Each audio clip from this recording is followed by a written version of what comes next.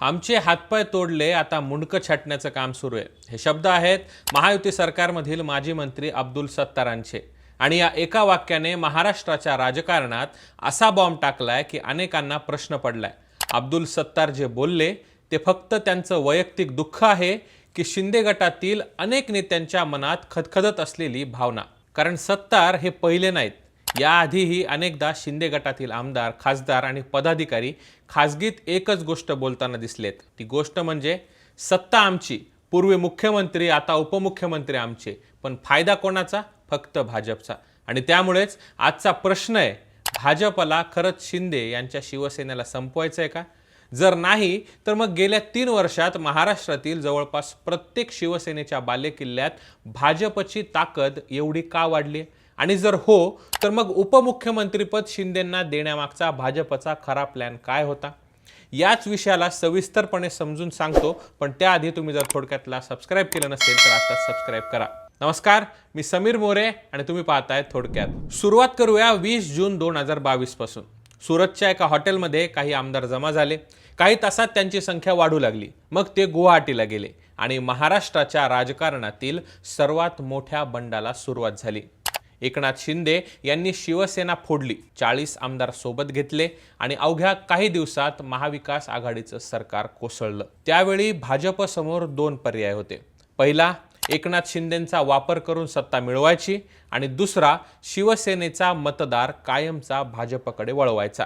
आज 4 वर्षांनी मागे वळून पाहिलं तर अनेक राजकीय विश्लेषक सांगतात भाजपने दोन्ही गोष्टी साध्य केल्यात. पण इथे एक गोष्ट समजून घ्यायला हवी. भाजपचा महाराष्ट्रातील सर्वात मोठा अडथळा कोण होता? काँग्रेस नाही, राष्ट्रवादी नाही, तर शिवसेना. कारण मुंबई, ठाणे, कोकण, मराठवाडा या भागात हिंदुत्ववादी मतदारांचा नैसर्गिक कल शिवसेनेकडे राहिलाय. भाजपकडे संघटना होती पण भावना नव्हती.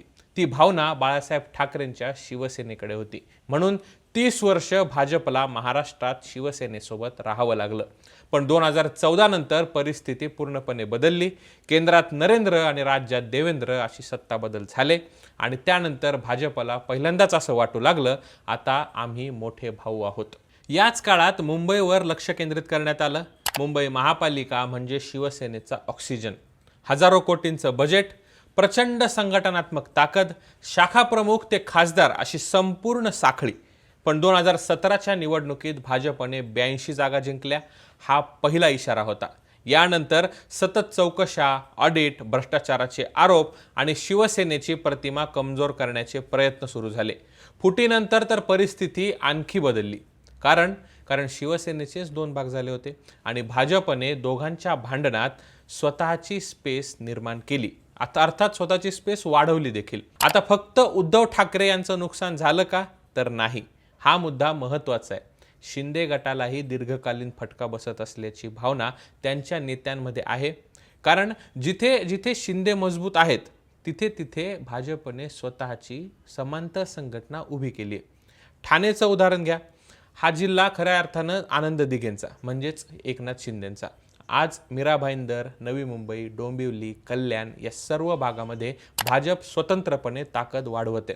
अनेक ठिकाणी भाजपचे नगरसेवक आणि पदाधिकारी संख्या वाढवत आहेत आणि त्यामुळेच भविष्यात जर युती तुटली तर भाजप पूर्णपणे स्वबळावर लढण्याच्या तयारीत असल्याचं चित्र दिसतंय.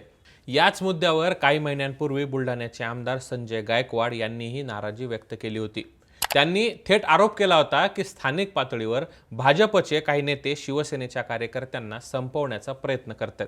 जागा वाटप असो, निधी असो किंवा स्थानिक संस्थांमधील पदं, शिवसेनेला दुय्यम वागणूक दिली जात असल्याची भावना त्यांनी बोलून दाखवली होती.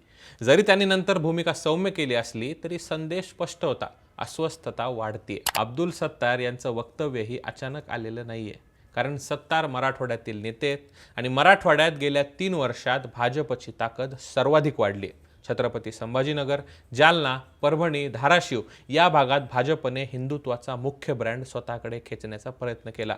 पूर्वी जे मतदार शिवसेनेकडे जायचे त्यांच्यातील मोठा वर्ग आता थेट भाजपकडे जात असल्याचं अनेक निवडणुकांमध्ये दिसले. कोकणातही हाच प्रयोग झाला. एकेकाळी शिवसेनेचा अभद्य किल्ला, पण आज परिस्थिती वेगळी आहे. नारायण राणे भाजपमध्ये आहेत, नितेश राणे मंत्री आहेत, केंद्रात आणि राज्यात सत्ता आहे आणि कोकणातील राजकारणात भाजप पूर्वीपेक्षा खूप मोठा खेळाडू बनलाय। मग प्रश्न येतो, भाजपला खरंच शिंदे सेना संपवायची आहे का? याचं उत्तर सरळ हो किंवा नाही असं नाहीये।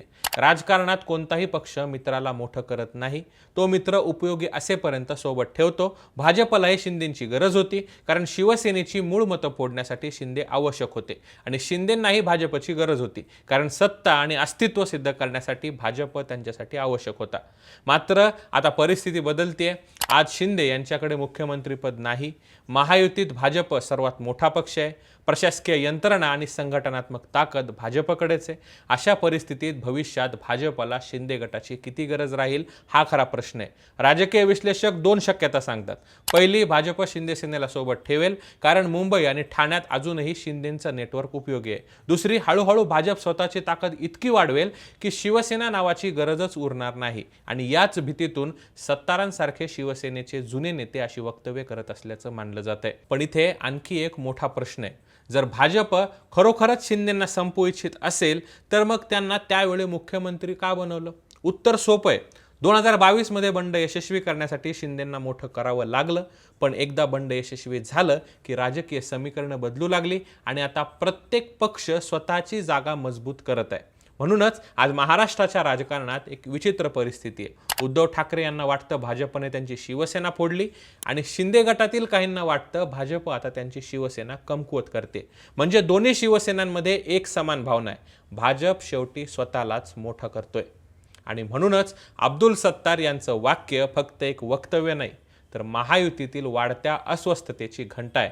आज प्रश्न इतकाच नाही की भाजप शिंदे सेना संपवतोय का, खरा प्रश्न आहे महाराष्ट्रात पुढच्या 5 वर्षांनी स्वतंत्र आणि ताकदवान शिवसेना नावाचा पक्ष अस्तित्वात असेल का, की हिंदुत्वाच्या संपूर्ण राजकारणावर फक्त कमळाचं वर्चस्व असेल? याचं उत्तर येणाऱ्या विविध निवडणुकांमध्ये मिळणार आहे आणि तेव्हा कदाचित आपल्याला कळेल अब्दुल सत्तार यांनी व्यक्त केलेली भीती खरी होती की तो फक्त राजकीय दबावाचा एक भाग होता। आता जरी अब्दुल सत्तार यांनी एकनाथ शिंदे आणि मुख्यमंत्री देवेंद्र फडणवीसांची भेट घेतल्यानंतर आपल्या वक्तव्यावरून घुमजाव केला असला तरी त्यांच्या भावनांमुळे चर्चेत आलेला विषय आणि त्यांचा मुद्दा अत्यंत महत्त्वाचा आणि विचार करायला लावणार आहे। दरम्यान भाजपला खरंच आता शिंदेच्या सेनेची गरज उरली नाहीये का?